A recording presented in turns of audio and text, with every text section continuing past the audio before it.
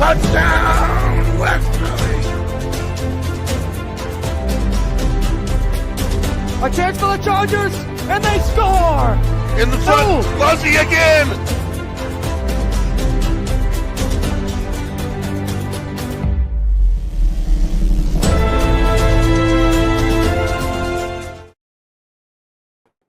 Hello, everybody, and welcome inside the studio here. Andrew Fiore with you for this episode of Fiore Calls Game. We are live in studio in downtown Westbury with Kyle Reel. What is up, Kyle? How's it going? Great to see you again. And Brandon, the con man, Con. What's up, Fiore? Great to see you. And we've got a special guest here with us today. We are joined by the venerable Cam Iasimone, a URI legend. What is up, Cam? What's up, guys? Thanks for having me. Of course, we are thrilled to have you here all the way from Missouri. Cam is a sports reporter, local news in Joplin, Missouri. He has his own podcast, Cam's Corner, as you can see on the flag there. And Cam, what's it like down there being in the industry full time? It's different. It's definitely different. I mean, I was just super eager to get a job out of school. I'm sure you guys have the same type of mindset, being seniors now and everything. And down here, it was a big cultural shock when I first drove down here with my dad. Didn't know what to expect. I think my welcome to Missouri moment, outside of sports. I moved in. I drove 21 total hours, so it was 15 one day, and then the extra 6 was the next. We stayed over in Indianapolis. When we got to the apartment, it's a brand new complex. All I hear is a train blaring in the back of my complex, and I look at my dad. We look at each other simultaneously, what the hell was that? And then we look outside. There's a huge train track in the back of my apartment. Everything is just so flat. My area is not bad. It's pretty there's a lot of restaurants and stuff like that. It's not there's completely nothing to do, but yeah, it's definitely different. But the sports scene is great. They love their local stuff, just like Rhode Island. So it's not too different as far as that, but almost a year in, which is kind of crazy. I'm 8 months in now, so went by fast. I was gonna ask, what do you do for fun over there? I mean, I can't Joplin, Missouri, I don't know anything about Missouri in the first place. This is what I do for fun. Whenever people tell me to, yeah, fair enough. That's a good answer. I'll do mine here and there. It's tough because of work, obviously. When I did my podcast, I didn't know how to use Premiere. I didn't know how to edit anything. So I kind of taught myself, and everything I used previously, I do it at work. So I kind of get burnt out once the day's over, and off days I kind of just take to recharge, stuff like that. So if I'm not working, usually just talking to friends on the phone. I love my family. I love my friends. So that kind of keeps me from being homesick. But yeah, there's no nightlife out here. There's nothing really to go out and do. And I mean, I've been becoming friends with the people at my station and sports department, so that's been great. But we have different schedules, so it's tough to kind of correlate that. But yeah, I would say podcasting is my hobby for sure. And tell us more about the podcast. I mean, we here in studio know about Cam's Corner. It's got kind of a lore at URI, and I just tell our listeners though what you really look to do at Cam's Corner. I started it out just because I was a sophomore. No, it was my freshman year at Rhode Island College. So I didn't go to URI my first 2 years of college. And I wanted to, this was during COVID too. So I was a senior in high school when COVID hit in March 2020. And then we couldn't go on campus my freshman year of college. I knew I wanted to get into media, sports, something. I loved basketball. I played basketball my whole life, and I wanted to stay around the game. So I wanted to figure out a way to stay around basketball, be able to speak my opinion on it, because I felt like I was a pretty knowledgeable person on the game just because of the coaches and the people I had around me. But yeah, so Cam's Corner was just I don't know if I've ever told you, Andrew, the story behind the name, but I was talking to one of my buddies the other day about it. We were on our way to Narragansett in the summertime, going to the beach. This was kind of when things were opening up a little bit. So fast forward to sophomore year of college for me. And I was driving. I was I've got this podcast idea coming off the ground. I don't know, where I want to do. All I knew was I wanted to make it Rhode Island centric, of people that have made it out of Rhode Island. And that are doing big things in the sports world, and predominantly in basketball, because that was my mindset. I just wanted to do basketball. But then obviously it branched out into a bunch of different people. But so I had Joe Mazzulla lined up because of his dad was my coach my whole entire life. I had his dad Dan. Trying to think. That's my coach. I'm trying to think. I think I was in like sixth grade when I met Joe's dad. And he was like honestly like a second dad to me. So growing up and like having that around me, I knew like Joe was gonna help me get this off the ground, be my first guest and all that. So trying to think of a name, and my hotspot in high school was in the corner from Joe. So like that was kind of like the play on words with Cam's Corner. And then the rest is kind of history. I just kind of grinded that out because that's all there was. There was no like, I mean, Rhode Island College had a few good media programs, but it just wasn't like eye popping. I wasn't getting a lot of reps until I worked for the school. So there was like kind of like how WRRU, that's all free. Like you don't get paid for that. That's all like student ran. I worked for the school instead of like the student programs. So that's when I kind of got more like exposed to stuff down there. I was doing public address. I was doing a bunch of stuff. So yeah, and Cam's Corner helped a lot with that because the students recognized it. And I'm so appreciative of the people down at URI like yourselves, all, are fans of it and watch it. And it's been tough. Like I said, it's been tough to keep up with the episodes nowadays, but I definitely want to get back on the grind. I'm trying to cook up some big guests in the future. So, but yeah, that all came from just my friends, like trying to think of a name. And of course the background with Coach Dan Mazzulla. What a first guest to get you off the Joe Mazzulla. I mean, come on, like he's one of my favorite people in all of sports right now. I love that guy. And correct me if I'm wrong. You've had him on multiple times, right? No, I had him on the podcast once, but I did a documentary on his dad, and I interviewed probably like 30, 40 people for it, and he was my last interview. I'll never forget it. It was the year after they lost to the Warriors in the finals. They were playing the Sixers, I think in the second round. Yeah, the second round, right? I went to a game that series. I remember. I think it was they were in Philly. I think it was game 3. The morning of game 3, we had a Zoom call, and he was just so happy that I was doing this for his dad. It was long overdue because Dan passed away in 2020. So I'll never forget it. This was my first year at URI. This was my first time living like by myself. I'm in a house with my friends and stuff. I didn't live on campus at Rhode Island College. It was down the street from my house, like 10 minutes. The first semester, they didn't have the 4th room unlocked in the house. I'm sure you guys know that rule. Sometimes you can't get in with the 4th room. So I was actually living on my buddy's couch for like the whole first semester, and had this documentary idea, and I was like, how am I going to be able to do this? And like, I'm trying to get into like the broadcasting stuff at URI and all that. And I'm like, I'm just going to do it. Like I'll do the interviews at home. I'll drive 40 minutes down to Johnston, and then I'll come back and I'll do school, do games, whatever it is. So I got all those off the ground. And then once the second semester of my junior year came about after winter break, they opened that 4th room. I don't know why the rules changed or whatever, but they opened the 4th room. I had like a big space. I was able to do podcasts out of that and not have to drive all the way home, which was great. And at the same time, I was doing the documentary. So Joe was the final interview for that. And he was just so appreciative. I'll never forget the day, or like a few weeks after that. He was on the Sports Hub with Zolak and Bertrand, who I used to intern with. And they were plugging the documentary. They were talking about it. And my dad gives me a call. He's like, did you know they were talking about Danny's thing? I'm like, what are you talking about? He's like, Joe's on with Beetle and Zoe. And so then I drove home that weekend actually. And my mom used to always record the Zolak and Beetle on the TV because sometimes I would be on it.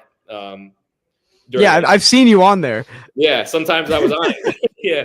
So she would always record it on DirecTV. She has like the cable box and would always record. Like even when me and my dad go to like Knicks games or Celtics games, she'll record it like we're gonna come back and watch the game on the TV.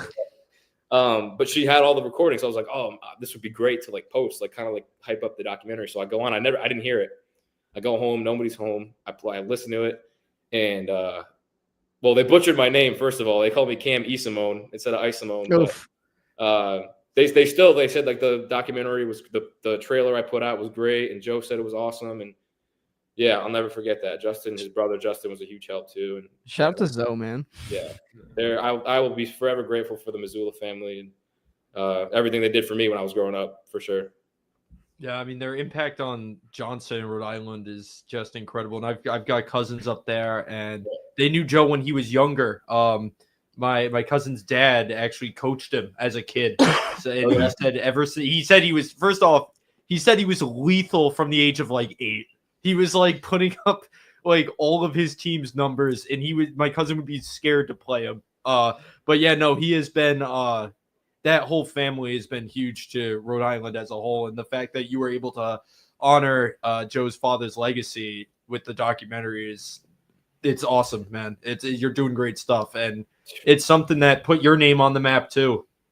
Absolutely. Yeah. And I always said it, like, I didn't do it for me. I didn't do it to get like publicity or whatever it was. I was so distraught when Dan passed away and COVID and all that stuff was going on. Joe, I think it was Joe, his brother, his sister, and like maybe like 2 or 3 other people that were allowed into his funeral. There was like 7 people at the eulogy when Joe gave it back in 2020, and it didn't feel like the proper send off. So once the pieces that I was putting together finally came off the ground and came to fruition, it felt right. And I tell the story. I'll cap it off with that. I'll tell the story during the documentary, right, the premiere of it. Justin, his brother. He did a speech, I did a speech, and I played the documentary. The part in the documentary when Dan passes away and everyone's kind of talking about like where they were and all that. His brother Anthony, who was also a big influence for me, and I still talk to him to this day, was a coach for me as well for AAU and stuff. He like passes out, and at first, all I heard was like, "Stop the film, stop!" And I'm like, "What's going on?" So then I look, and my friend Jeremy, who's his grandson, Jeremy Missoula, he like ran to like the back of like where we were doing it. So I'm like, what's going on? And we saw it was Anthony. He passed out. So I had to go up there, pause it. Ambulance came, and he was okay. Long story short, he was okay. But at the end of the documentary, I say my final whatever, and then everyone applauds. I go over to turn the lights back on to the rec center, and on the clock it was 4:22 p.m. The day he passed away was April 22nd, 2020. And when I premiered it was April 22nd, 2023. So like if Ant didn't pass out, if all that didn't happen, that time wouldn't have been that. So like Danny, I feel like he was messing with them at one point during that time. And he was definitely there, like watching it. Like I knew he wouldn't want like a big production like that, just knowing who Danny was, but it definitely felt like he was there. So it just felt like I was at the right place at the right time. And I get signs like that every day now that I'm down here. So yeah, that was just a great experience, just all in all, for sure. No, that's an unbelievable story, man. Yeah. That's crazy. There is one thing I thought of when you were talking about Zolak and Bertrand, how they messed up your name. I find that pretty hard to do considering your branding. And I know you took Keith LaBelle's sports branding class, which I know, Con Man, you wanted to get into that in a bit, but I found your personal branding to be one of the best I've seen for people our age. And on the flag behind you, you see it, ICE, playing on your name. Yeah. And the logo's got that cold look. I think the whole ICE Productions thing is phenomenal example of personal branding. How'd you come up with that? Yeah, well, Cam's Corner I told you that story about that, but like ICE Productions, I honestly just thought about that like on the spot. Like my dad, his name's Ray, so everyone always called him Ray Ice growing up. And for me, when I was a kid, they called him Iceman a lot. So when I was a kid, like that's the nickname I kind of honed when I was like playing in sports and all that. We had like nickname jerseys one year for baseball, and like mine said Iceman on it. So like I loved it. I loved the name. I loved everything about it when I was little.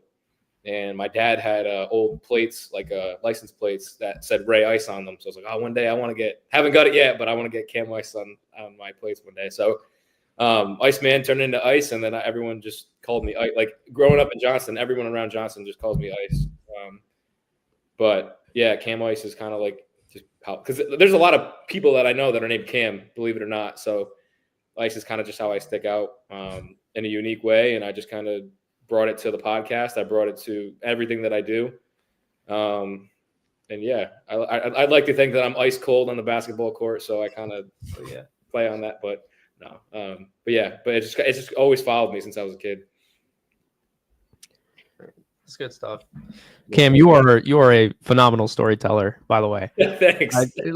It's incredible to me that somebody only like probably a year older than myself is just like so great at like the details, the 422, noticing it was 422 on the clock when, oh dude, that's incredible. Really just down to earth, living in the moment kind of guy. I've heard you speak a couple times now. When I took we all go to the University of Rhode Island for the viewers who don't know, obviously. When I took course code PRS 370, it's sports branding, sports marketing with Keith LaBelle. I heard you speak in that class, and I was like, okay, this dude's got it. He's got a podcast. He's got all this stuff going for him, like way before he's even graduated. And most recently, you guest spoke, I believe it was PRS 360, which is strategic sport communication, also with Keith. I'm TAing for both, so I heard you speak just what was it, a couple weeks ago now, and you brought up you're out there in Joplin. You brought up your story of going to OKC's the Oklahoma City Thunder's opening game for it was this season, right?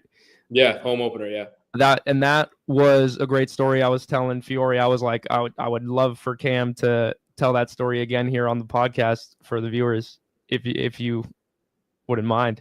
Yeah, oh, absolutely. First of all, thanks for the kind words here. And then I know you guys sent a bunch of letters. I just got that a few days ago in the mail. So I appreciate that a ton. And yeah, so that story, I mean, so first of all, like I didn't know this until I got back from OKC, but my station hadn't sent anybody out to an Oklahoma City Thunder game in like 5 or 6 years. So to hear that when I got back was like, wow. I mean, I don't like to say I made a difference or anything like that, because I didn't. But for me to be able to do that for myself and like bring that to the station, I thought that was super cool. You know, and there's a ton of Thunder fans over here because it's the closest NBA team to our area. So, yeah, that came about. So my coworker Ryan, he's another reporter that just got hired this year with me. He's from Texas. He's a big football guy. I think football is like probably like his most knowledgeable sport. But I mean, he's a betting man. He loves to bet and sports gamble, and like he's got it down to like a science. So we've got a lot of segments with him and betting and things like that. So our director Michael Imami, who's a Syracuse alum, he saw that in Ryan, loved that, and he was there before me. So he wanted him to cover the Chiefs home opener against the Ravens. So Ryan went down to that before I was. Well, I was here when Ryan went there, but when they decided he was going to go, I wasn't here yet. I came like mid-August. And Ryan was here like mid-July. So Ryan went to that. And I'm like, well, Ryan's had the opportunity to go to a Chiefs game. We don't go to every Chiefs game. How can I get like an opportunity to go to a pro event before I kind of, kickstart everything that I'm going to get into? Because the busiest time of the year is probably one right now in March, but football season, high school football season is super busy. Andrew, I'm sure working at PRI as an intern, like high school football is just go, go, go. So I brought the idea up about the Thunder game because they pitched it to me in the interview when I was interviewing with them. And once I got there, they kind of said like, we don't do it as much. So that was kind of a bummer, but long story short, we got that off the ground. I was able to go. So I'm pumped. I'm super excited to go, being like a big NBA fan, big basketball fan. But the thing that sucked was, one, I had to get my own credentials, which isn't the worst, but like when you have to go through the NBA and go through all these like higher ups, it takes a minute for them to get back to you. And it's like pulling teeth. It's like, come on, just give me an answer. So I was just eager to hear back and like, know, like, all right, am I going to do this? Am I not? So I get the green light. They gave me the credentials, all that. I didn't have a photog with me, so I had to do my own camera work, drag a tripod and a camera bag in a suit and tie, because I got to go live in the 10 o'clock news, like walking around Oklahoma City, like not knowing where I'm going. And they let me do everything. I was able to walk on the court. I was able to, talk with players, do whatever I wanted to do. And I walked down and I find the communications guy. His name was Cole. And Cole was like, you're Cam, right? And he showed me like my assigned seat. It said like Cam Iasimone, KSN. Like I was up in like the suite. Like I had like an assigned seat, a tag on it. It was like sick. Like I felt like I was dreaming. And but before we did all that, we walked right through like the employee entrance where like the back of the arena is, like where the players run through the tunnel. That's where all like the offices and all that are. First person I see walk through the doors is Dominique Wilkins, because they were playing the Hawks, and he's on the Hawks broadcasting team. So Cole's like, "What up, Dominique?" Like it was just normal, and he gives him a fist bump, and I'm like, "What's up, Dominique?" Like I'm like part of the whole scene. And he was like, "What's up, fellas?" And I was like, "Oh my god, like this is crazy." Never watching that hand again. No. And then Chet walked by, all like iced out, and he wasn't hurt yet. This was like beginning of the season, so he played, dominated. But yeah, so Chet walked by, and then Lou Dort walked by, and those are the only players I saw like not dressed yet. And then I get onto the floor. Shea's the first person I see on the floor. Like all this stuff, like. It was surreal, but at the same time, I was like, I feel like I belong here. Like I'm getting a taste of like what I really, really want to do down the line. I'm gonna be in the NBA. This is gonna happen, and I'm getting a taste now. So I'm in the right place at the right time. And there's a lot I had to do during the game. Like I had to do a look live. So for people that don't know what a look live is, it's pre-recorded. Usually about like a minute and a half. I'll do like a 20-second stand up, like me in front of the camera. Oh, this is happening tonight. Blah blah blah. And then I'll go into like a SOT, so like sound on tape of like the coach. We interviewed Coach Mark Dagnall before the game, and all that. So I had to do that, during like timeouts and stuff because I wanted to enjoy the game, of course. And then end of the game, all I'm thinking is like my live hit's gonna be like 40 seconds. I want to perfect. My first time ever going live was at the Paycom Center. Wow. So I go down, I do my thing, and my director says, "You did a great job, phenomenal job. Like keep up the great work." I thank them for letting me go. And as I'm wrapping up things with the live shot, it's like 10:30. There's nobody in the arena except Shea. He's on the court with somebody like filming something. I don't know. He's like, I heard him say like, "Oh, tune into this," talking to a camera. So I'm assuming it was like YouTube, whatever it was. So I'm wrapping up things, and then I see him walk by. I'm like, screw it. So I said, "Good game tonight, Shea." He had like 40 points. He was like, "Appreciate it, bro. Thank you." Gives me a pat on the back, and I was like, "Damn, that's a way to to end the experience." For the viewers' edification at home, we do know what Shea was filming there. He was working for 321 Media, of course, filming a promo for Fiore Calls Game. But go ahead, Cam. I had to clarify that. I think I heard it in the beginning. Yeah. But yeah, he walked away, and then I was like, damn. So then I no, there was no one in the arena except like the cleaning people. I was like, I need a picture, like of myself. Like I didn't want to ask him for a picture. So I asked one of the cleaning people, like that did not speak English. I was like, "Could you take a quick picture of me?" And they're like looking around, like I don't know if they thought I was like skeptical or whatever. I was like, no, just like a picture. She like click the thing, and I give my phone to this lady, and I stand there with the ABC mic and everything. Then I drove 3 hours back to Joplin, and that sucked, but it was so worth it. It was so worth it to be at that. I hope I'd get to go to more games during the playoffs, but I don't know yet. That'll be up to my director, but yeah, that was my first like wow moment when I was at the Paycom Center. I mean, you see what I mean with the storytelling, though. Yeah. When I was pitching, I try to make it seem. yeah, like I could see it. No, I was seeing it in my head. Yeah, I could see God. Shea patting you on the back. No, yeah, I could visualize every moment. When I was, when I didn't even pitch half the stuff that you talked about just then. When I was pitching it to Fiore yesterday, I was like, oh, yeah, Cam brought up this great story in 360 about going to the first OKC game. He I don't know if you said this, but like you didn't even know where you were supposed to park when you first got there. Like it was a mess. And I was just like, I gotta let these boys and everybody that watches hear this story, because I wasn't, like I said to Fiore, I'm not even doing it justice. Yeah, you put some details into it that I forgot. Yeah, I didn't know where to park. I had no idea where I was going. But like the city, like there's not a lot going on in the city. It's very like just buildings, and it's very open, which was good. It was easy for me to maneuver around, but I'm like, I can't park in the arena. That's for like players and all that. Like I don't know where to park. And then I pulled into this parking garage right next to the arena, and they're like, "Oh, we can't let certain people in here." But the guy's like, "Oh, we can just say that you do this and that." And I'm like, I have like he was just kind of, I didn't even hear what he was saying. I was like, "Just can I park here or not?" And then he was like, "Sure." So I didn't even have to pay him nothing. I had the news car with me, so that was kind of probably my in. And then I had my suit on. Didn't have my credentials yet. I'm like, I didn't even know what door to go in. I just followed people in, and I'm like, "Is this where I'm supposed to go?" And they're like, "Well, you got to go here, here, here." I ended up like having to make like a U-turn in the arena. Oh my god, it was getting in there was crazy, but wow.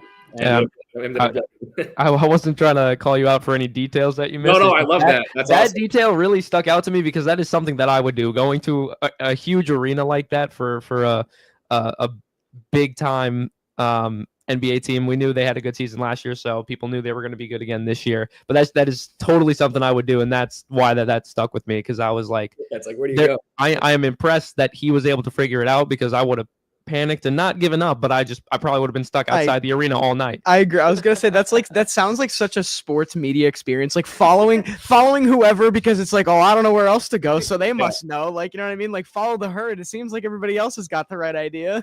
Well, Kyle, you used to travel with Rhodey football, right? I did last 2 seasons. Yeah. Your first, did you have any kind of? It was probably easy because you had a lot of people with you. Oh, but... I was just, I wore all my roadie gear, and it was just like follow along with everybody else who's wearing all the Rhode Island stuff. You know what I mean? It was nice because when you go on the plane and stuff, you just go through the private area, so you don't have to like go through TSA or really anything. They just kind of scan you down.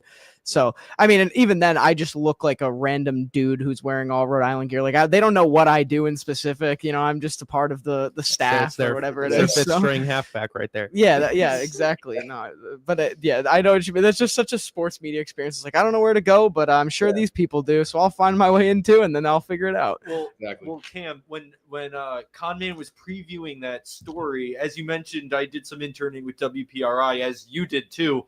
But I got to do the Celtics playoff games at TD Garden, and I remember how much of a maze it was.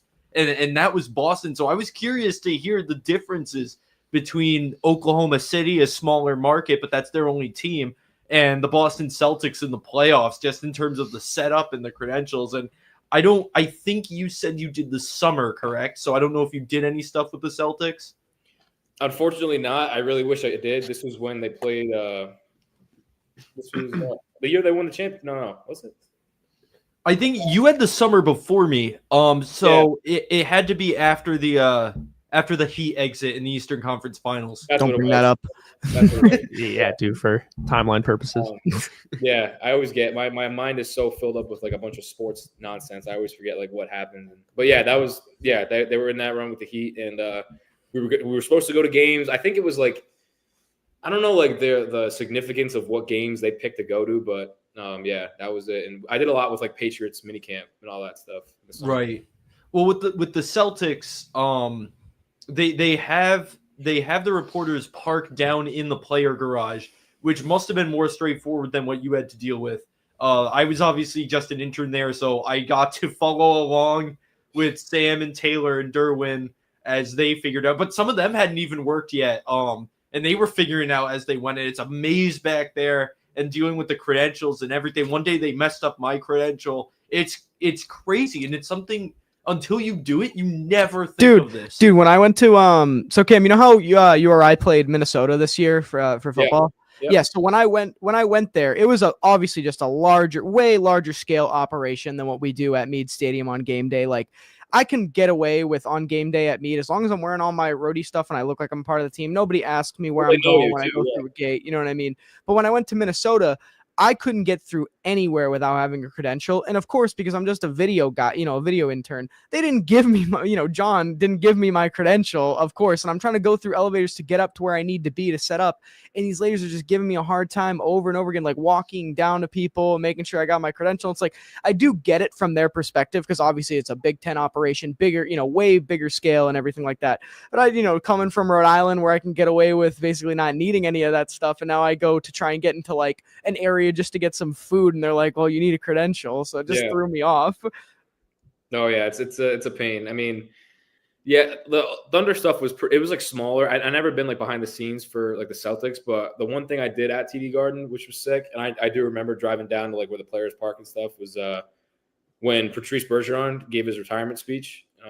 We went to that, which was sick, and we pull in at the same time as Don Sweeney, like right at the same time. So like, fight that guy. I think Sweeney pulls in and like we're right there. So I was like, oh, this is gonna be sick. So then we get to where he was doing the speech, like at like a private bar, like restaurant that was closed at the time during those hours. Cam Neely, Marshawn, Krejci, all those guys were in there, and like we got to say what's up to all of them. And Sam was asking Bergeron questions, and like I was like, this is crazy. I wish I did Celtic stuff during like my time, but I still got amazing experiences. Andrew, you did the rap in the studio, so like you get like a lot out of it. That was like my like best hands-on thing that I definitely did during my time at URI. Yeah, that was best time of my life, man. And with the Celtics, to give you an idea of what I mean, it would take 20 minutes to get in at the Celtics. You have to park where the players park, go up through North Station, then go back outside around the side of TD Garden where the media entrance is. You take out all the equipment, the tripod, all that, put it through the metal detector sometimes, but then sometimes they wouldn't have you do it. Give your name and your station for the credentials. Then you go through another metal detector thing, up the service elevators, and then you get to the floor level where there's 2 different mazes. It's all partitioned in straight up maze shape.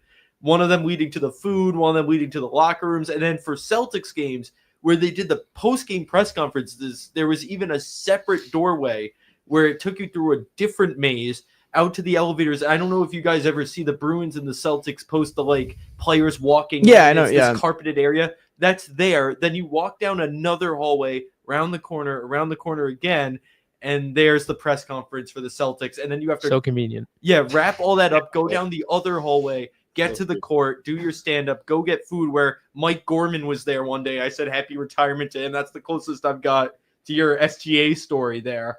But it's crazy in Boston. That just reminds me of how much goes on behind the scenes at every single sporting event that's at like the college or pro level. You know what I mean? It's like all the stuff that's going on in the, behind the walls of the arena that you don't realize or don't think about when you're there having the experience as a fan. But when you get to work in sports, you realize how much actually goes into it. Yeah. I mean, like, the first time I met like an actual like sportscaster, like my favorite all time was Mike Breen. I was at a Knicks game with my dad, just as a fan. Yeah, he walked up me and my dad love to sit like behind the hoop, like left side of the hoop, like right there, like almost on the floor when we can. But I'll never forget. He walked up. I was still at Rhode Island College. He walks up to like the top loft, like right behind where we were sitting, and my dad's like, "There's Mike Breen. Like, go say what's up." I'm like, should I? And he's like, yeah, go say what's up. And I'm like, all right. So I literally run to him and I'm like, you're awesome. Like I said like, what's up to him, but I was like, you're awesome. Like I had no idea what to say. This was before I called games, before I did any of that stuff. I was just so like shocked. And my dad was like, we've seen you all the time. Like we were all fanboy. Like we didn't know. This is the first time we like really met somebody that we never have. And him knowing that I wanted to get into sports media and all that, like, it was cool. He was super, super cool. And then one time I saw Clyde Frazier at Mohegan Sun when they were doing like the Hall of Fame stuff for Kobe, Tim Duncan, Garnett, right after Kobe passed away. And Clyde like waved off. He didn't want to take a picture. I was like, oh, Clyde, like I had my Knicks stuff on. I was like, damn, that kind of rubbed me the wrong way, but all right, whatever. But no, Clyde's cool too. I've seen him do all like this stuff on the side. I mean, it was a hectic environment, but yeah. Mike Green was sick. So I'm curious. Quick story to segue into this. Yeah. I had a bit of a welcome to the show moment. It was after game 2 of round 1 of the NHL playoffs. The Bruins had just lost to the Maple Leafs in brutal fashion. It was 3-2, and we're in the locker room, getting the post-game interviews and getting the clips and everything. And it was my first post-game in the locker room. I had done practices. And I'm like, oh my gosh, Pasternak, Marchand, they're all right there. You were asking all these dudes these questions too.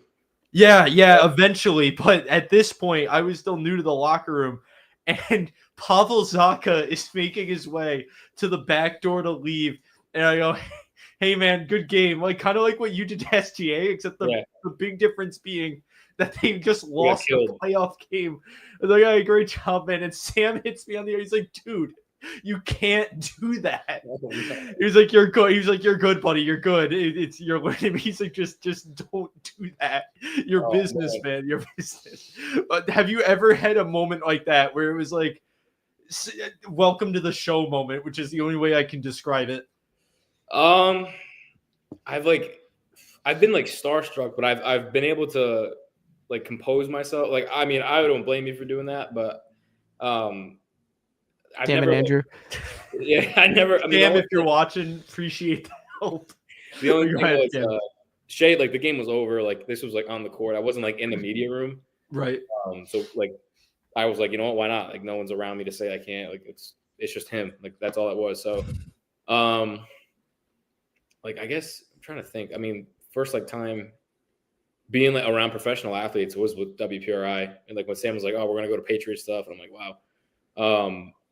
One time it was Ramondre Stevenson. He one day at mini camp or like a training camp, they were going by signing autographs, and he signed some lady's arm, and I was like, damn, that must have been the first time you've ever done that. And he was like, for sure, man. And he like I talked to him for maybe like, I don't know, 10 seconds, 20 seconds, but like that was the only time I like talked to one of the athletes while I was with 12 and anywhere else. But at the sports hub, I met Ray Bork. There's a jersey up I got of my dad's 1996 when he won the MVP in the All-Star game. I had that jersey on that day, and he came in. Great guy. I've met him too. Great guy.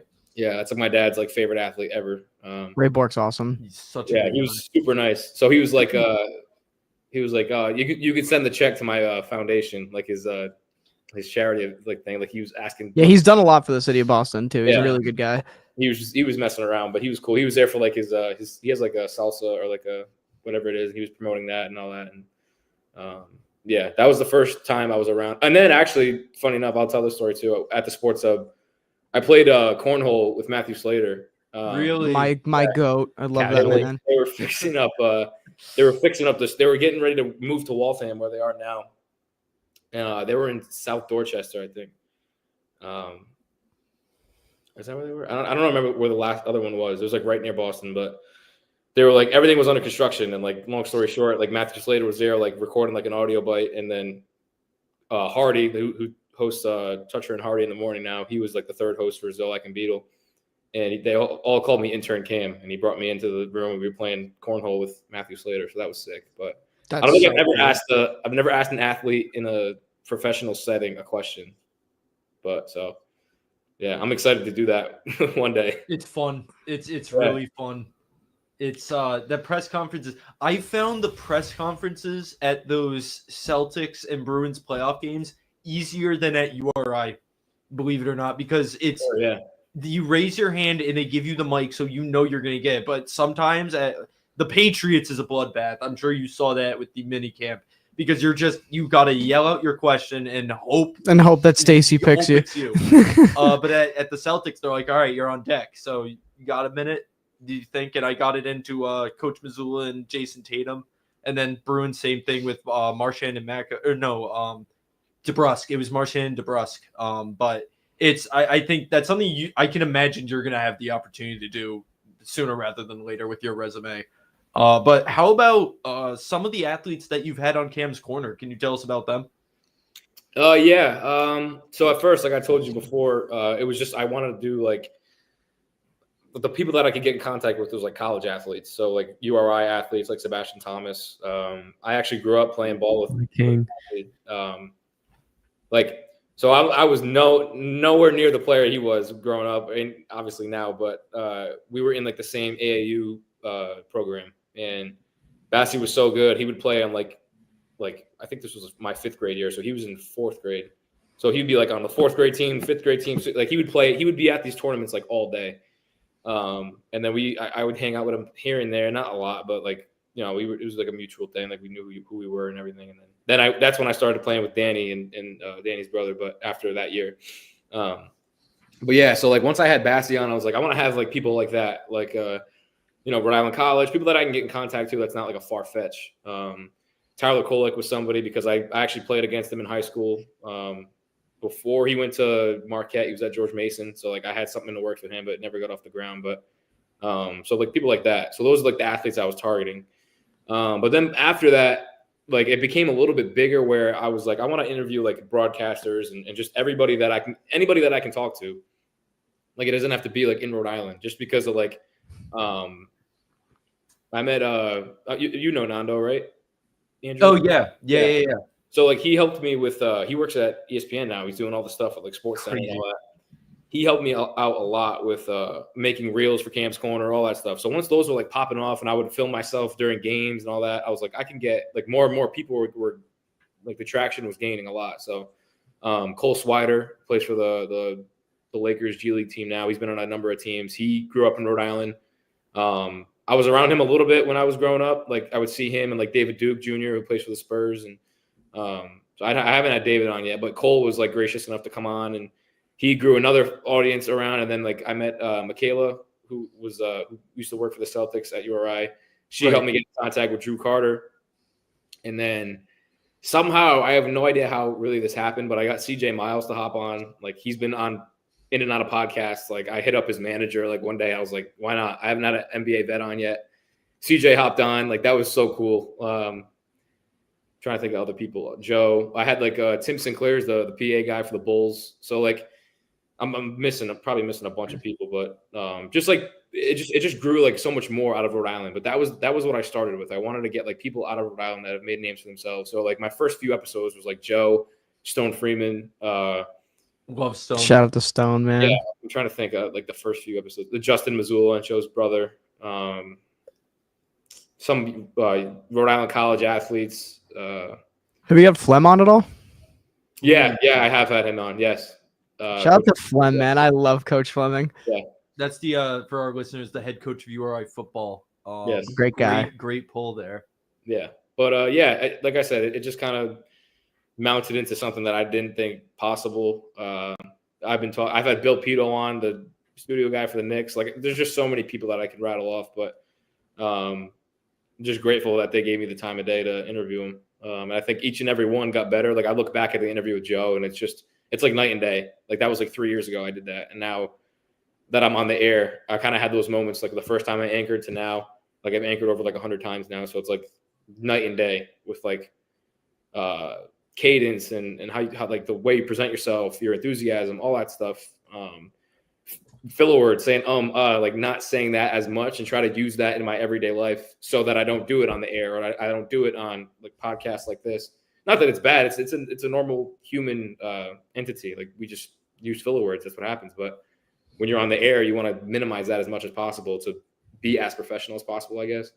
But it's never bad. But I just tried to use like different type of tactics through all that. But yeah, the list of guests is kind of crazy when I think about it. I'm trying to make it even better now. Once I have the time, I definitely want to stick around it. So Cam's Corner isn't done yet. We're still chipping away at it. Well, you've had some great guests. This is our first guest, Cam Iasimone, with us on the show. We are going to be right back with him to get some of his pro sports takes, get a little talk about the recent action, and hear more about his stories after this break here on Fiore Calls Game. Stay with us, folks. If I can get this to work. We're learning, folks. Just smile and wave. Get the ads. It's awesome. There we go. We will be right back with you on Fiore Calls Game. Experience local excellence with Roof Right Roofing in Charlestown, Rhode Island. With over 40 years of unmatched expertise, Roof Right specializes in architectural shingles and holds the prestigious title of GAF Master Elite Installers. Known for their commitment to the community and support for local initiatives, Roof Right is your trusted partner for all of your home's roofing needs. Call today for a free estimate at 401-212-4140.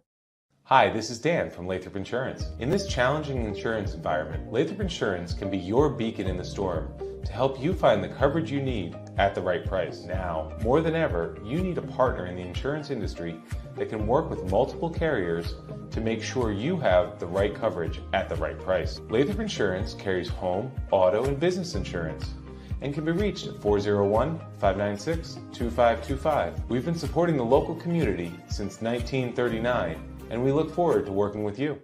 What's going on, everybody? It's Patrick down here at the Wireless Zone at Dunn's Corners at 224 Post Road, and everybody down here is getting the brand new iPhone 16. We have it here in stock. The best part is, right now, if you trade in your old phone, you get it for free. We got deals all weekend, awesome savings. Come on down and see us, 224 Post Road, Dunn's Corners, Verizon Wireless Zone. We'll see you soon.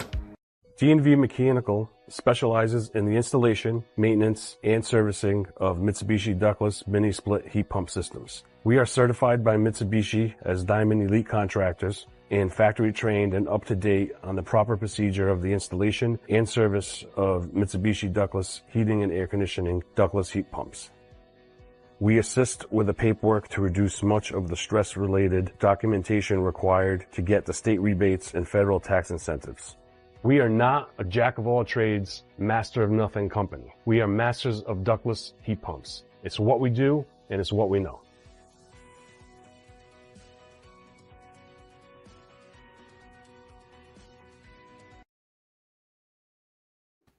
Welcome back here to Fiore Calls Game. Andrew Fiore, Brandon Kahn, Kyle Reel with you here, and we are joined by Cam Iasimone, URI graduate, sports reporter in Missouri, and host of Cam's Corner. We had some great stories in the first half, but as a diehard Knicks fan, you knew we had to get to this eventually. What is up with those Knicks when they play the Celtics? Go see or any team in the top 3 in I either can't conference. tell you how many times people have texted me in the last week or like I must be brutal right now. it's all I hear. Like I can't even. So my boy just got new ball shoes, and they're like, I don't know what Tatum's they are, but they're like blue, and they got a little bit of white in them. And I like made a joke. I was like, oh, they look like wrestling shoes. And they all in Knicks slander just starts coming. Like I can't even make a joke. I can't even say anything, bro. But I haven't watched it yet. They just put a podcast out, Jalen and Josh, about like how they're 0-7 against like the top teams in the NBA right now. And it's like me and my dad are like diehard Knicks fans. We love watching games. We'll text, like we won't call each other through games because I'm kind of like a little bit delayed over here. But we'll go back and forth. Josh Hart sucks. This guy sucks. Like what's going on? This, that. And it's always the same thing. Like they're just like not consistent. It's simple as that. They're not consistent. They can't play against powerhouse teams. I think Stephen A said it perfect. They're frauds. And as flamboyant as he can be, it's the cold hard truth. Like they need to, and David said it too in their podcast that they need to wake up and beat these teams. But maybe that's the issue, that they're having podcasts about not beating the top team instead of like working on beating the top. I mean, hey, if Paul George can say I'm not doing no more podcasting while the Sixers are in like 11th or whatever it is, maybe the Knicks players can take a break and focus on winning the championship like PG thinks the Sixers are gonna do. Yeah. So we know we're not asking Paul George to come on the show. Yeah, Maybe after the season.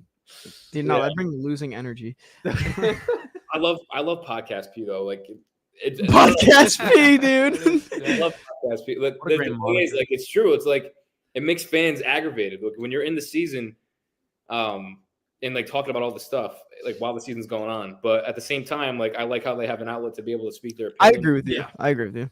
Get that, and I applaud that. But like I don't know. At least they know they have to wake up. But like what do you think about Tibbs?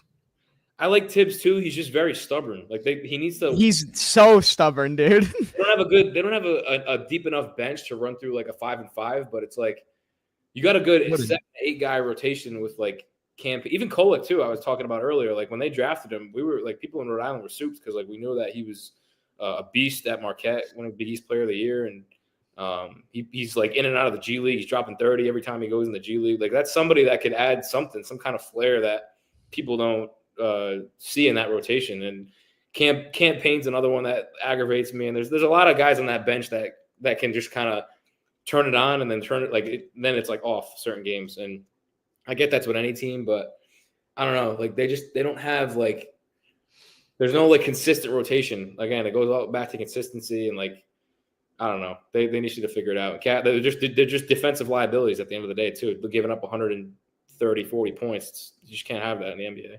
Yeah, well, hopefully you guys get Mitchell Robinson back soon. There's lots of talks that he's close to making his season debut, which is weird to say about someone past the All-Star break. But yeah. I've been like, I'm a Celtics fan, but I've enjoyed watching Mitchell Robinson play. So as soon as he got hurt, I was like, okay, like you guys got Cat, maybe you'll be fine. But to your point, the bench is kind of inconsistent, which is a big label that people have for the Knicks right now. But once you guys get Robinson back, I think it'll help you out a little bit.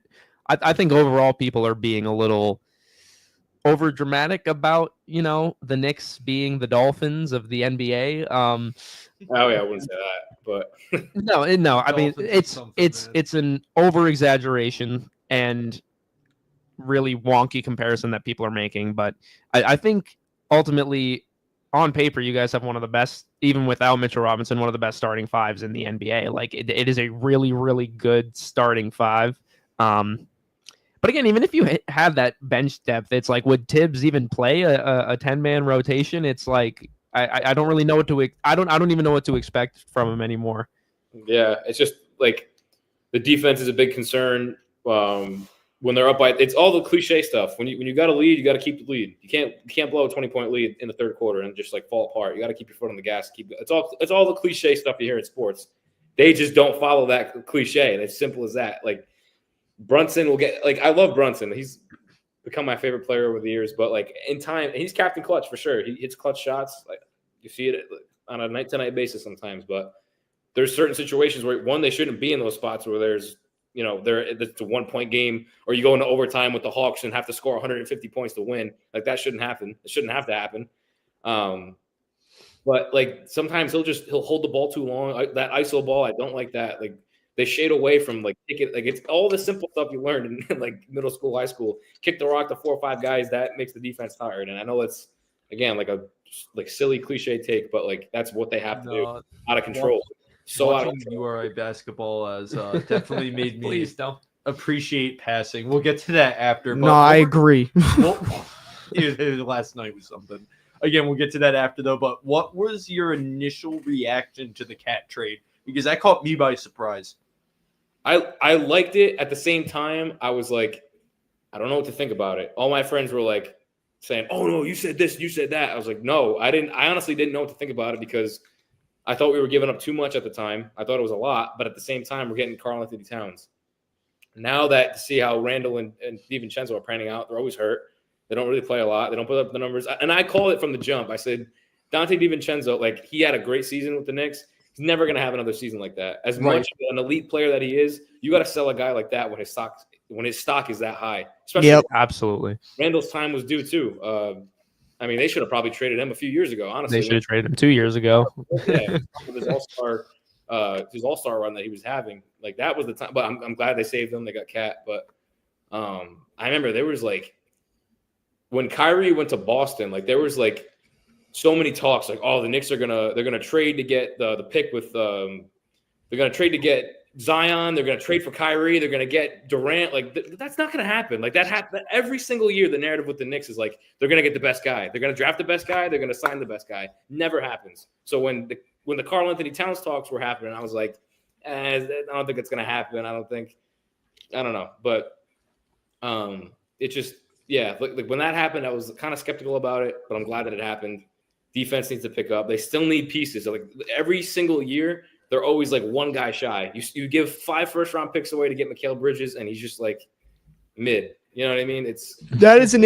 That's insane to me, bro. 5 first-round picks, like Luka. What did they trade for Luka? That's exactly what I think about because it's not even close on the return. Anthony Davis, Max Christie, and a second. Like, yeah, it was like Luka's worth that, but Mikal is like worth 5. Mikal Bridges, I don't know. It didn't make any sense. But Luka and Markieff Morris. They just wanted to reunite the Villanova boys. That was the whole reason, dude. I felt like the Cat trade at the time was weird. It was balanced. It seemed balanced. Again, like you said, DiVincenzo, I also didn't think he was going to perform like that. And Randall, you had the injury history. But on paper, it seemed pretty balanced, but also weird because nobody got that much better from it. It seemed, but yeah. I think it's worked out better for the Knicks so far. I will also say that it's take it as you will. People take the Timberwolves Western Conference Finals run to be kind of a Cinderella run, but you trade arguably your best player other than Ant the year after you make the Western Conference Finals. Yeah, and it's just like a little bit, and like we've said, the Mavs and the Timberwolves. Like, what are you doing? Like, I don't know. Mavs is, Nico's got to be studied, man. Nico's got to be studied. I don't like Shannon Sharp's take either, though. That he thinks that the Lakers in 5 against OKC. I think OKC's. I don't think they're going to sweep the floor against the Lakers. I don't think they're going to win in 4 games, but. I think the Lakers kind of scare me if they not scare me, but if they get hot, I can see the Lakers being a decent, a tough out in the playoffs. I mean, I agree with you. I don't think that Shannon Sharp is just a LeBron, how he is with LeBron. I mean, that's just the whole thing. But I agree. I mean, I think that OKC is probably the second best team in the league behind Boston. Or I can see that. I don't think, and maybe you can. Cleveland doesn't move me. I don't think OKC makes the finals. It depends. It depends on who they run into. I'm gonna defer to Cam on this one. Yeah, that's what I mean. Cam could probably tell us more on his take there, but I think the inexperience is going to get him. I think they will make a finals in the next few years, but not this year. What do you think, Cam? I don't know. Like those first few games, like first few months of the season, the first time I went to that home opener, like that was the first time I really watched the Thunder play, and like they were slow to start. But like they're a tremendous second half team. Like they click it. There's something switches in that like third quarter. Like it was like a back and forth battle with the Hawks, and then the third quarter came around and they just like boom, boom, boom. Offense and defense was just like nothing I've seen like out of at least young teams, right? So then when Chet got hurt, it seemed like stuff kind of slowed down a little bit, but they were still like winning games, going on win streaks, all that. And now he's kind of like slowly recovering from that. So I mean, it's all kind of based upon, I think, that injury a little bit. Like if Chet can kind of start playing like how he did at the beginning of the season, I think they got a shot to for sure get to the finals. But I mean, inexperience, that could probably same thing with the Cavs.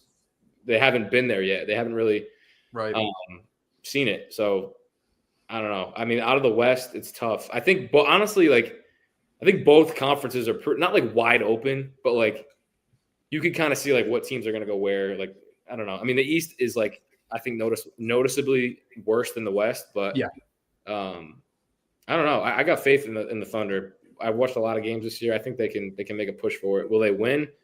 Depending upon who they play, I don't know, but I think they can make a push for it for sure. Oh, I think they'll be up there. I could see them like they're talented. Again, I think they'll make it in the next few years. I just think it's not their time.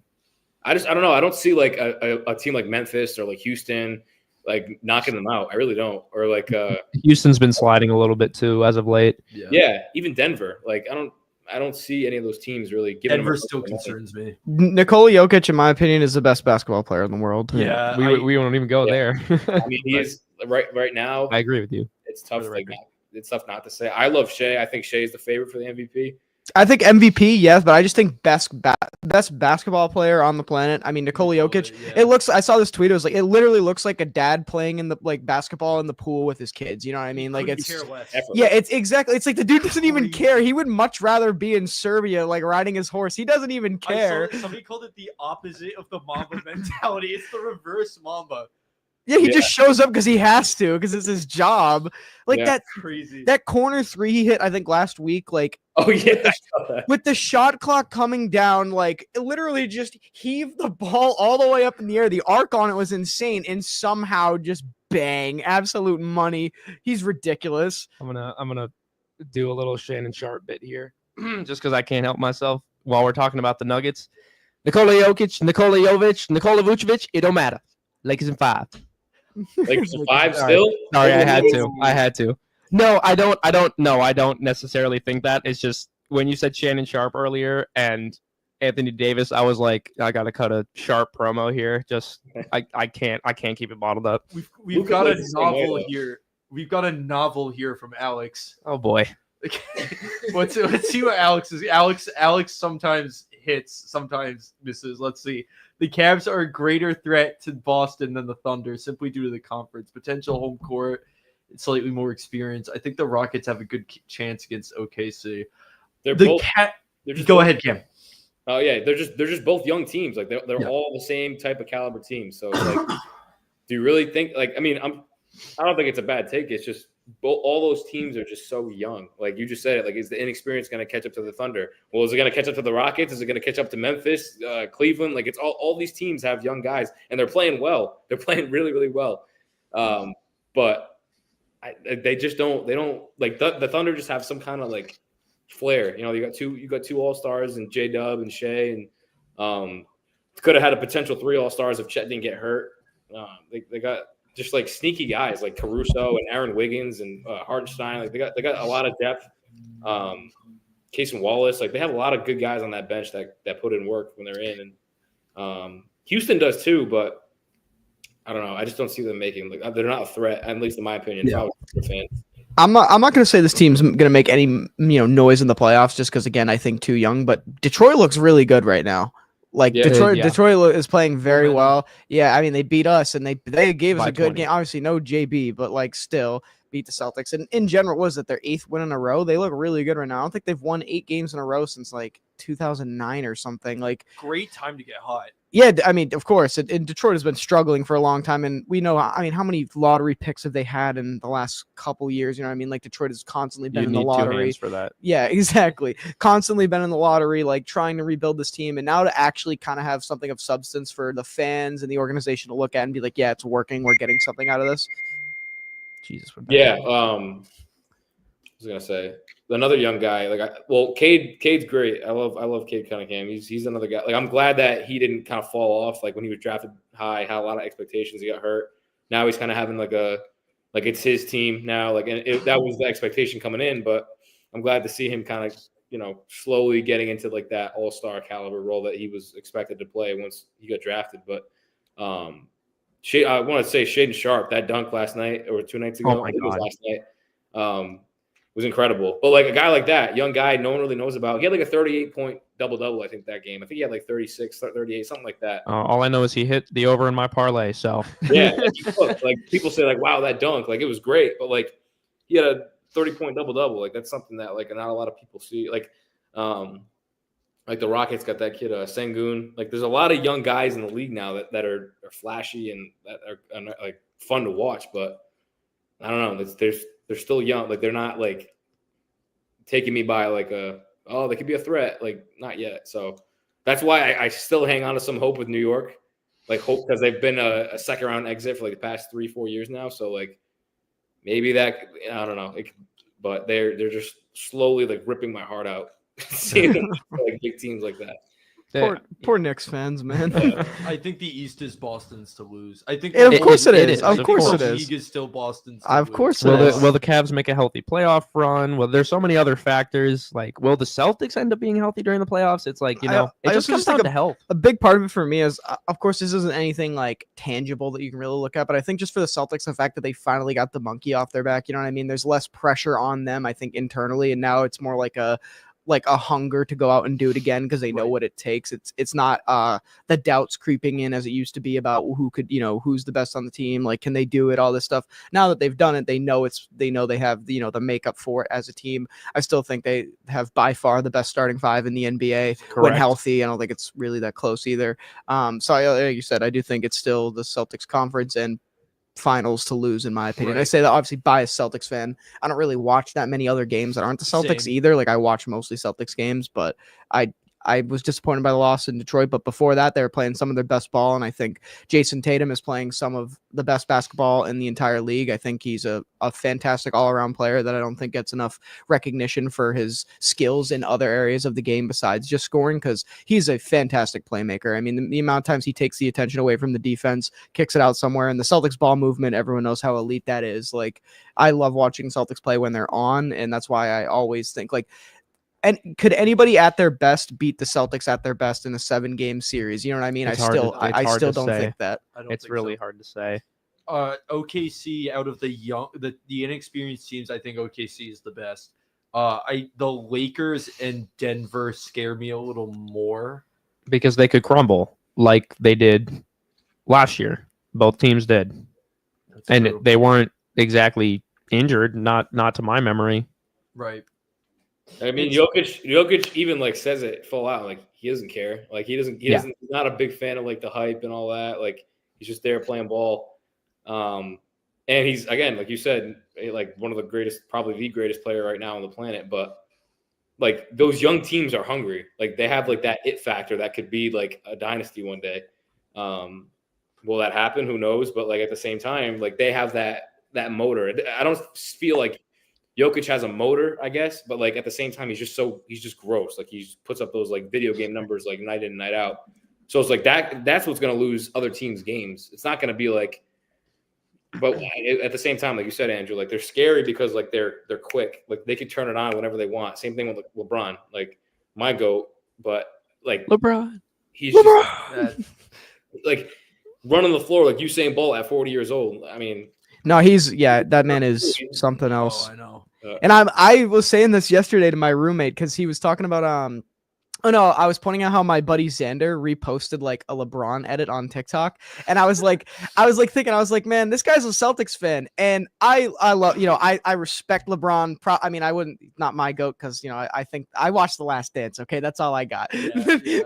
But anyways, my point is, I saw him repost that thing, and I was like, man, true Celtics fans who were watching in like 2013 and 14, 15, 16, that man ripped our heart out every single season. I don't like LeBron James because I watched Game 7 in 2017 and it broke my heart seeing him hit that fadeaway 3 in the corner off the glass. I was like, this man is not human.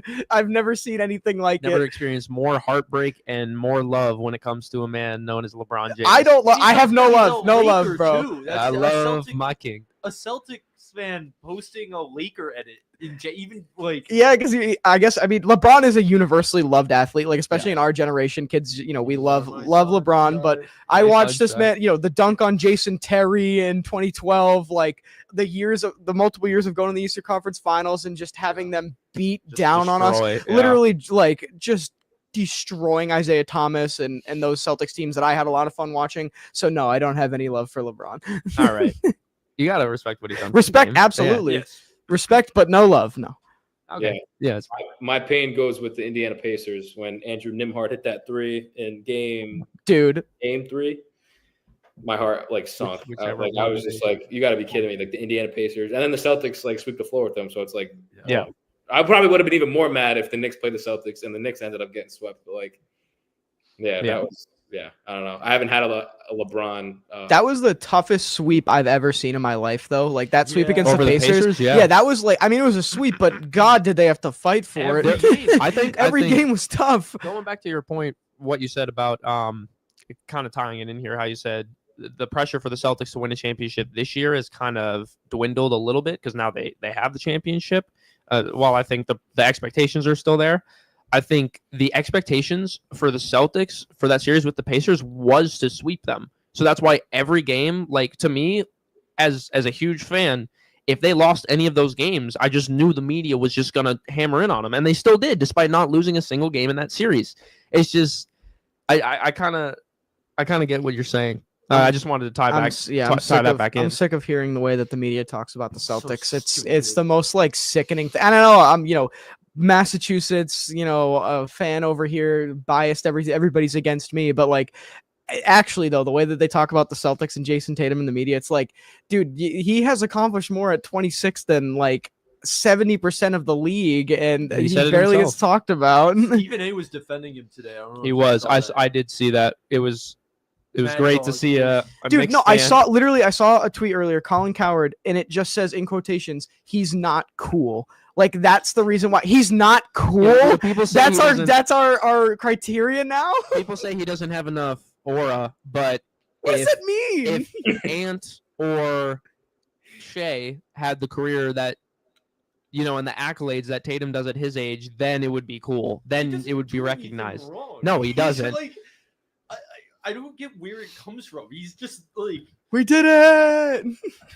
He's humble enough too. Like everything that he talks about himself, like when he tries to hype himself up, like he can back it all up because look at what he's done. Yeah. He's been to 6 conference finals, 2 NBA finals in only 7-8 years as a player. Most points in the 2020s. Yeah, exactly. And people are like, well, he's no Larry Bird. Larry Bird did this and this. Like, it's just because of the colors he wears and the city he represents that he gets like so. Call me crazy. Yeah. I mean, again, this isn't sacrilege because I'm comparing one Celtic against another. But my opinion, Jason Tatum is already the best. I mean, not second, like third best Celtic of all time. I think he's better than Paul Pierce. He's better than Paul Pierce. I'd agree. I'm not a big Paul Pierce guy. I'm not gonna lie, but I'm trying to think. Pierce has that finals MVP. Larry Bird, Bill Russell, and then I don't know. I could go JT. Bill Russell's got to be up there.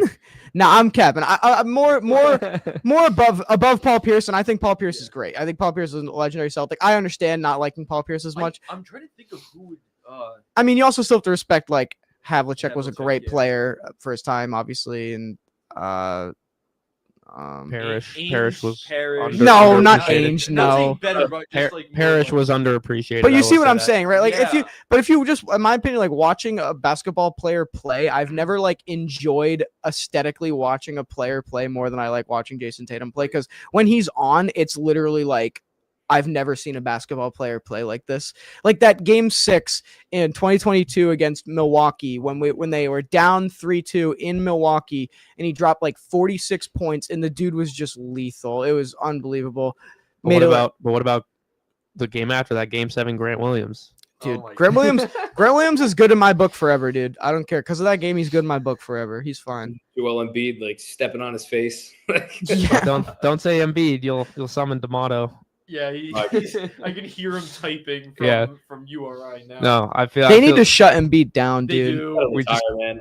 I'm sick of Embiid. I'm sick of all the antics. I'm done with him. I'm one thing. being a Knicks fan, I don't like Embiid, but like he dominant for sure. Like I get it. He was a great player, but like I don't know. Like it just aggravates me just thinking. How about many it. failed experiments has Philadelphia had revolving around Joel Embiid? Like Exactly. the teams with Jimmy Butler, you know what I mean? Like they've had so many people come in around Embiid and try and make it work, and every single time it's just blown up in their face. Second round exit every time, or Embiid gets hurt or something goes wrong. Yeah. Kim, I want to ask you what your thoughts are on Embiid's MVP from a couple of years ago. Do you think that he should have been named MVP, or was it voter fatigue? I want to hear what Cam has to say. What year was that? That was 23, right? 23. That was technically. It was 2 years ago because Jokic won it again last year. So 2 years ago, Embiid's MVP. I'm trying to think of like how people performed that year. Yeah, it basically came down to Embiid, Jokic, and maybe Doncic. It might have been Doncic that year too. I think that was Doncic's crazy year, right? We averaged like or 35, last year. But all I know, it was Embiid, Jokic neck and neck. I personally, I like, not even just being an Embiid hater, I genuinely think that that Jokic should have three-peated with the MVP, should have gotten his third and have it be 3 in a row. But there's this whole narrative like, oh, you can't give him 3 in a row because only 2 other players have ever done that. And so then they gave it to Embiid. I don't know. Not that Embiid wasn't deserving. I just think Jokic deserved it more that season. Half of those Embiid points were like free throws anyways. Yeah, I can't. I mean, Brunson. 2 free throws incoming for Shai Gilgeous-Alexander. Yeah, they all do the same thing. Like that's a lot of Brunson's game is like drawn contacts, and like he uses that new rule like a lot. So he's on the floor every time I watch a game. I can't watch. Celtics and Knicks fans can't get along with anything unless it's against Philly. We can't, dude. No, we're only talking about Philly because they're the worst. Like they're like the biggest joke in the entire NBA. Like 5 other teams before getting to Philly, Alex, and most of them were West Conference, by the way. Yeah, we love you, Alex.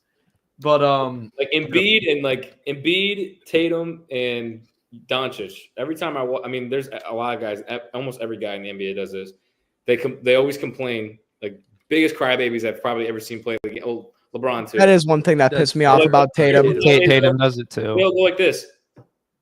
Whoa! The dude's like, oh, I hate that. So Will Levis. Yeah, Tatum constantly does like the looking at the ref thing. Like Tatum clapping his hands, like relax, dude. Like I noticed Seabass doing it last night after every basket he missed. It was only the baskets he missed. He would look at the refs and be like, "Yo, the refs were pretty bad last night." Cam, are you still following Rody Hoops? I saw you at the game a few weeks ago, but have you been keeping track? A little bit. I wanted to watch the Dayton game yesterday. I didn't get around to it. Good thing you didn't. You missed me and DeRoja on CBS in the intro. Apparently, I was there too. My mom took a picture. Oh, you were on it too. I was on it. Hell yeah. It's yesterday was ugly. It was a winnable game, and they shot like 8% from 3. Oh my lord! I don't even do that in 2K. It was like 1 for 17 or something stupid like that. Yeah, they shot single-digit percentage from 3-point range, and that was the tail of the tape. It feels like yesterday that they were on like that 9-0 stint, and then dude, it literally does beat PC and Bassy. You're on top of the world.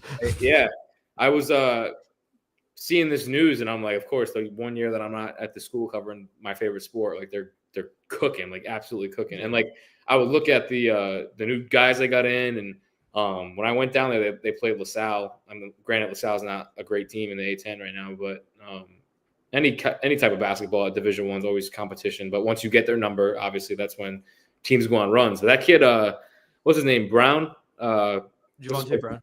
Yeah, he was pretty impressive when I saw, because I didn't really watch any Rhodey games beginning of the year when they were like really at the top of their game. But I mean, you could prove me wrong, but he was playing pretty well, and I was like, that's a solid pickup for them.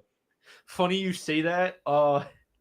Brown was, up until that game, one of the least popular players among Rhodey fans. Yeah, because I didn't watch a lot of games, so I didn't really I didn't know what prospects were great. I mean, obviously I know Bassey, Fuchs, I covered them, and who else was on that team? Like Always Right didn't play. David Green played a little bit. I'm always going to be a Jaden House guy. Ever since I watched him last year from he transferred from High Point, I believe it was. Yeah. He's a lot of fun to watch. He's just my favorite player other than Seabass. I got a question though. Are we out on Archie Miller? I love the intensity that he brings. I love like the no nonsense. Like he kind of reminds me of Joe a little bit. Like his demeanor, the way that he talks to the media. He's respectful, but like I can see that. He's a little bit of like a Joe-esque type of coach. Like he's a hard ass, but like I like his I guess quote unquote aura. I don't know. But I like his demeanor. I love that when I would cover it at URI. But at the same time, results. The results, yeah, that's like the biggest thing. Like covering that team, they were just subpar, sometimes below it, and he just kind of seemed like unsincere a little bit. I don't think that was ever his like intentions, but kind of pissed off a lot of the time. Yeah, and maybe not coming off the right way, but I don't think he's a bad coach. He's got a lot of great like successful backgrounds and stuff like that. So I don't know. I think that after this year, I think they give him one more year, see how it goes, and if they're not a contending team, then the A10 record is just putrid though. Oh my god. The worst I saw today, he has the worst conference record in URI history. I do think he's overhated, and I think I saw an excellent point today that I had never even thought of. URI would have to buy out that contract and find someone willing to sign on a new contract when Archie Miller is the highest paid state employee in Rhode Island.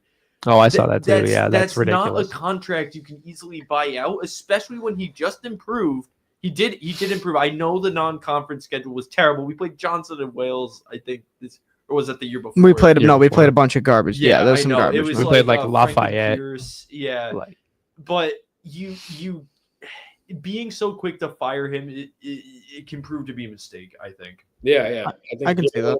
Yeah, give it a little time. And the same kind of noise is happening down the street in Providence, like with Kim English. I don't think you get rid of him just yet, but they're both on the hot seat for sure. I think Kim was one of my favorite people to see how they covered the media or dealt with the media. I loved the way Kim did his press conferences. He had such a great demeanor, and obviously this was last season. They were better. Devin Carter was still there, but he had a suave to him. He was a very like classy guy, would quip here and there. He's very intelligent guy. I loved the way he handled the media and the culture he was building there. I think PC just got a lot of bad breaks this year. They had injury troubles. There definitely are some problems there that they have to deal with. But the fact that there's even talks about firing Kim this early is surprising to me. I was thoroughly impressed with him with WPRI. Yeah. I don't want to take it too far off topic, but talking about Archie and him being on the hot seat, the whole thing with the non-conference schedule, I do think other than the PC win, one of our best wins, unless I don't know how Charleston's doing this year, but I think that win against Charleston earlier in the year, the crap out of them absolutely destroyed them on a Sunday. I was there. I was like, oh my god, like this is incredible. Like my little brother's only game. I know he's watching. Shout out, buddy James. Yeah, got to see that. Yeah, so Charleston, who has been in the tournament, I don't know if they were in it last year, but They were okay. sure. Yeah, so they've been in the tournament like consistently while we haven't, and we beat the dog crap out of them. So while I do think that was mostly, the players putting on a show, I think that was a really well coached game by Archie. So I think you look at games like that, you look at games like PC, you look at the Jamarcus Lawrence game winner that he drew up. I mean, it's just like he has these shining moments, and him being above 500, I do think helps him at least coach another year, maybe 2. So we got Connor DeRosa, a very vocal critic of Archie Miller, saying he's going to keep his job because Rody doesn't have the money to fire him and buy him out this year. And he added Kim English handles media much better than Archie. I don't think Archie's terrible, but I think Kim English is better. I was, again, thoroughly impressed with Kim. They're both thoroughly media trained, but I think I don't know. He's just so much more like, I don't know. I don't want to say like less. Yeah, I don't want to say less emotional than Archie because, every coach wants to bring emotions to the table. They don't want to be super lifeless. But I mean, he seems a little more collected in the media than Archie can be. I don't know if I'm crazy saying that, but I don't know. I agree. So I agree with what DeRosa is saying. I think that car agreed. No, I don't think they did. This kid doesn't know what he's talking about. I'm gonna blare my horn.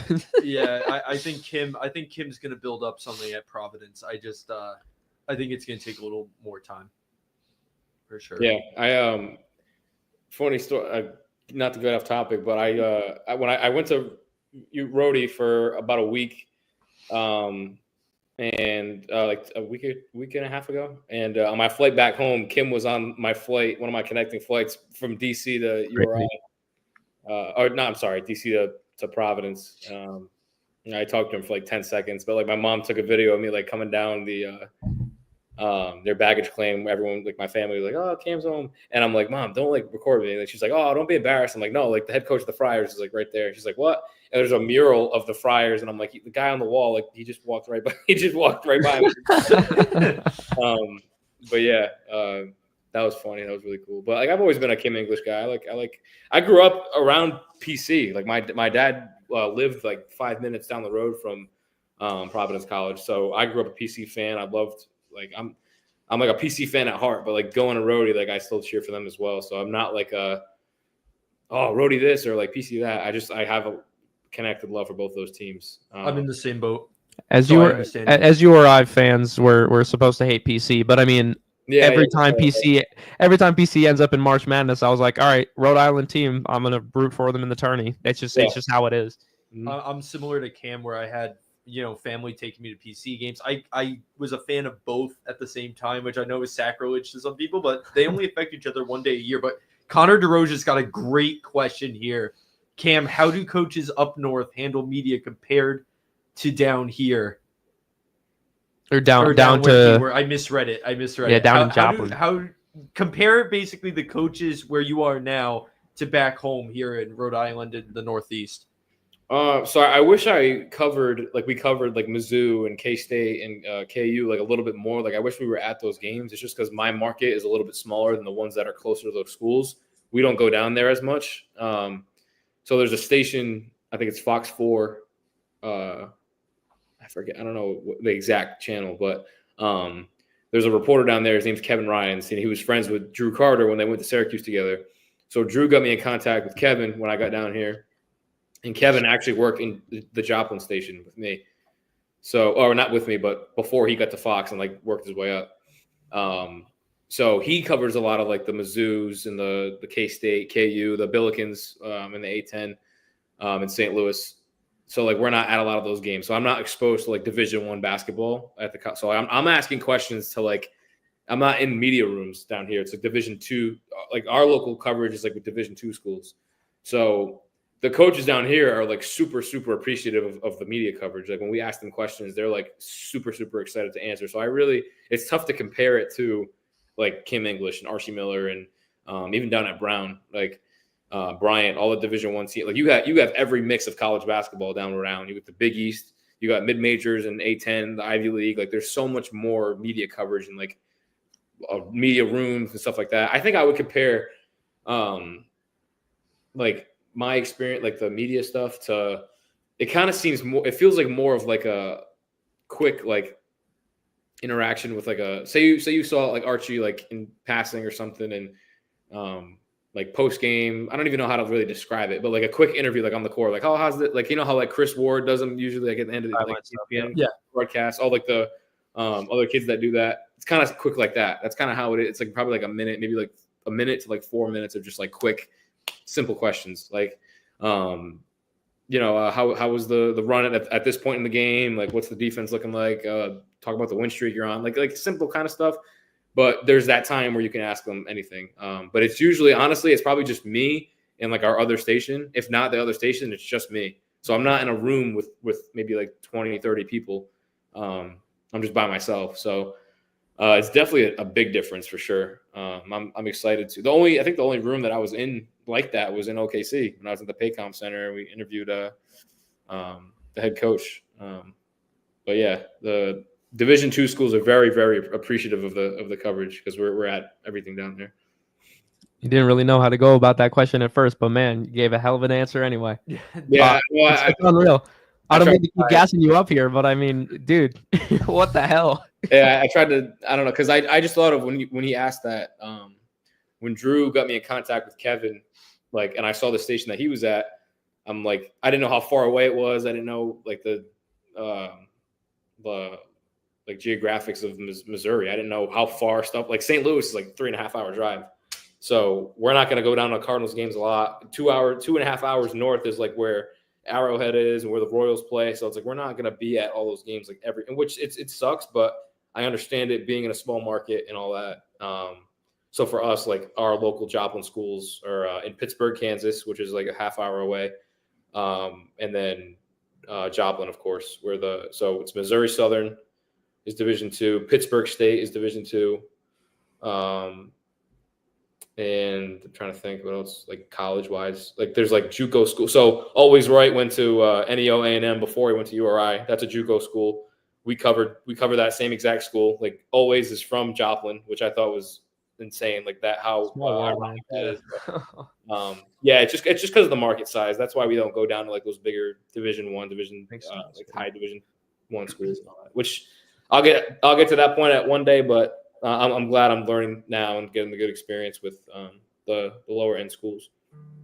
Yeah, well, you're getting great experience. We're in the final few minutes here, Cam.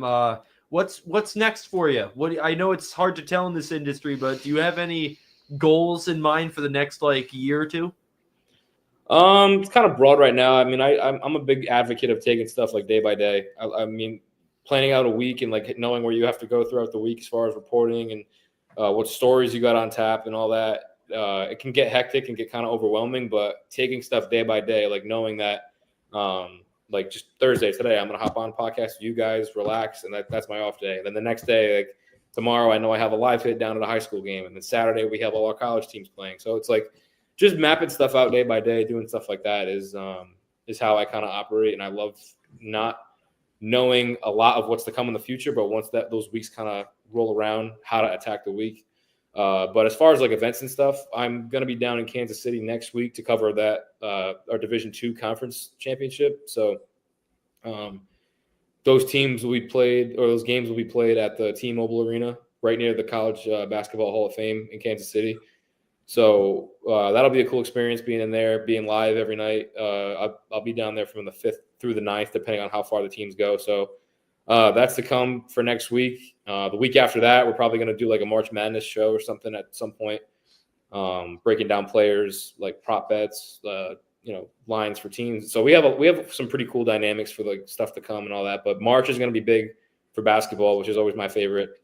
But yeah, I'm always just taking stuff day by day. Hopefully we'll find my way back down to the East, the East Coast in a few years, wherever the case is. But main goal is always the NBA. Always have the NBA in the back of my head. I know if I stick to my plan day by day, being a good person, always working hard, no shortcuts, that's going to happen. So, just if I were to give a word of advice, just kind of just take stuff day by day. Don't rush into anything. And your worst day, like Sam told me this actually. He said Ed Cooley told him this one time. He said, your worst day on the job is someone's dream. So for me, I'm just trying to take it, like I said, not to sound like a broken record, but day by day, and the stuff will come. Hey, Well, yeah. Real quick, Cam, of course, thank you so much for taking this hour and a half being with us. I think your brand really speaks for itself. Yeah. You're wicked adaptable, and that's the exact kind of thing that I think all of us can really look up to. So we appreciate your time, and I'll send it back over to Fiore. Well, yeah, I just want to say, yeah, you're doing great things, Cam. It's really inspiring. You're a super well-spoken kid. Like, keep doing your thing, man. I know you're gonna kill it. I will not be surprised when I turn on a Knicks game and see you, doing sidelines. So, with no surprises whatsoever. Thank you for taking the time to do this with us. Of course, it means a lot. Thank you.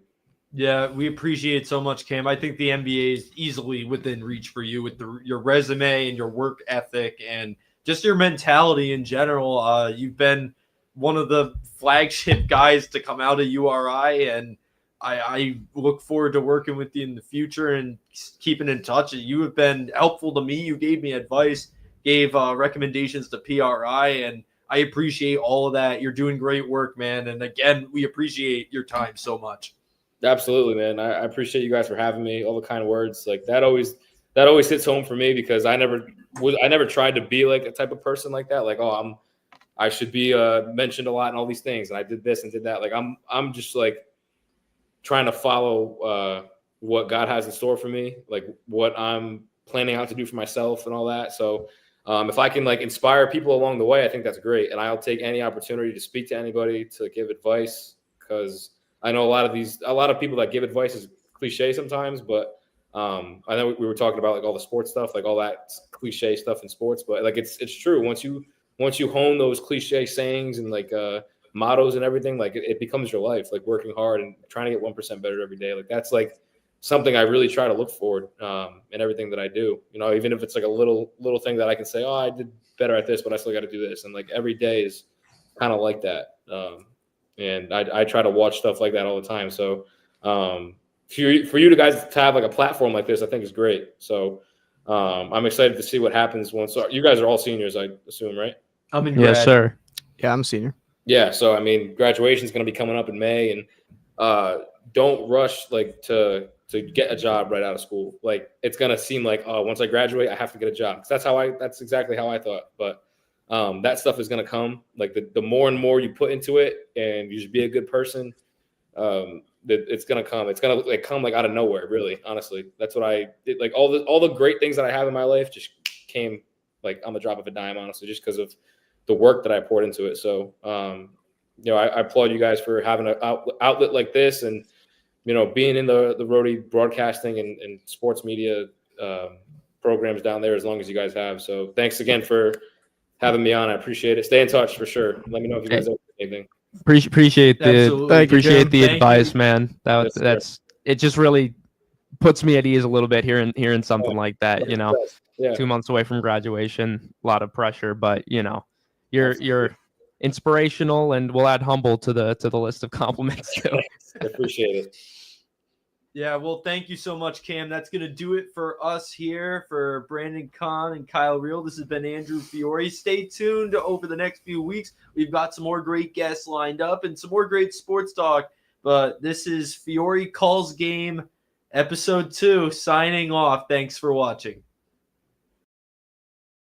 Experience local excellence with Roof Right Roofing in Charlestown, Rhode Island. With over 40 years of unmatched expertise, Roof Right specializes in architectural shingles and holds the prestigious title of GAF Master Elite Installers. Known for their commitment to the community and support for local initiatives, Roof Right is your trusted partner for all of your home's roofing needs. Call today for a free estimate at 401-212-4140. Hi, this is Dan from Lathrop Insurance. In this challenging insurance environment, Lathrop Insurance can be your beacon in the storm to help you find the coverage you need at the right price. Now, more than ever, you need a partner in the insurance industry that can work with multiple carriers to make sure you have the right coverage at the right price. Lathrop Insurance carries home, auto, and business insurance and can be reached at 401-596-2525. We've been supporting the local community since 1939, and we look forward to working with you. What's going on, everybody? It's Patrick down here at the Wireless Zone at Dunn's Corners at 224 Post Road, and everybody down here is getting the brand new iPhone 16. We have it here in stock. The best part is, right now, if you trade in your old phone, you get it for free. We got deals all weekend, awesome savings. Come on down and see us, 224 Post Road, Dunn's Corners, Verizon Wireless Zone. We'll see you soon. D&V Mechanical specializes in the installation, maintenance, and servicing of Mitsubishi ductless mini-split heat pump systems. We are certified by Mitsubishi as Diamond Elite Contractors and factory trained and up to date on the proper procedure of the installation and service of Mitsubishi ductless heating and air conditioning ductless heat pumps. We assist with the paperwork to reduce much of the stress-related documentation required to get the state rebates and federal tax incentives. We are not a jack-of-all-trades, master-of-nothing company. We are masters of ductless heat pumps. It's what we do, and it's what we know.